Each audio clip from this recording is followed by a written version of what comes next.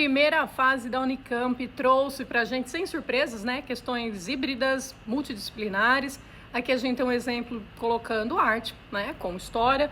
A gente tem que ter o conhecimento histórico dos fatos, mas também o que a questão está pedindo para a gente? Interpretar a imagem. Isso é fundamental, é importantíssimo.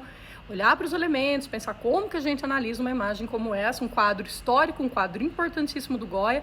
Está inserido ali no romantismo, né? Tem um pouco do dinamismo, da idealização do artista, do eu lírico, inclusive, presente, né, na obra.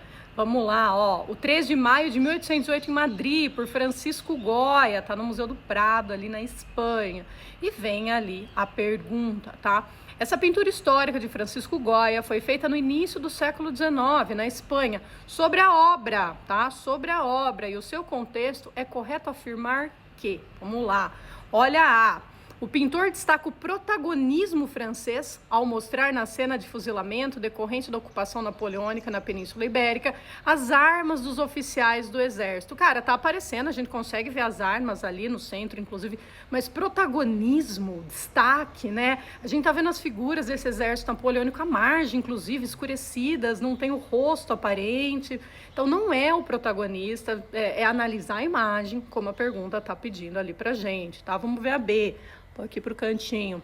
O quadro enfoca, ao optar por representar em posição de mártires as vítimas do fuzilamento, a simpatia da Igreja Católica Espanhola para com a ocupação napoleônica. Não, são mártires, estão ali sendo fuzilados e mortos de maneira brutal, mas assim, a Igreja Católica não teve simpatia com a invasão napoleônica ali na Península Ibérica, na Espanha, tá? É importante a gente olhar para isso também, ao contexto histórico, né?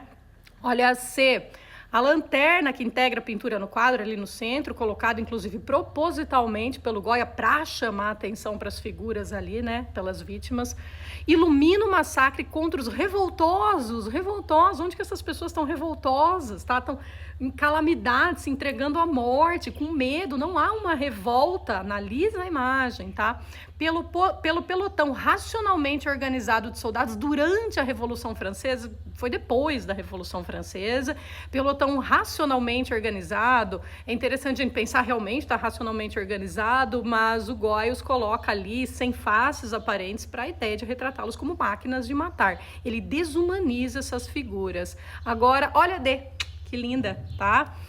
A figura popular do espanhol de camisa branca é associada à representação de Cristo, com os braços e mãos abertos. Olha a iconografia, a gente tá vendo ali na imagem, tá? Na cruz. Essa figura sublinha, né? Destaca, deixa bem claro o terror da ocupação napoleônica. Dá pra gente ver, né, a galera ali desesperada, e realmente o Goya faz uma alusão ao martírio de Cristo com essa figura popular espanhola, tá? Se você tiver interesse, inclusive, vale a pena pegar essa imagem, esse quadro, dar um zoom, um destaque legal nela, você vai perceber nas mãos, inclusive, dessa figura ele é representada, ele pinta os estigmas, né?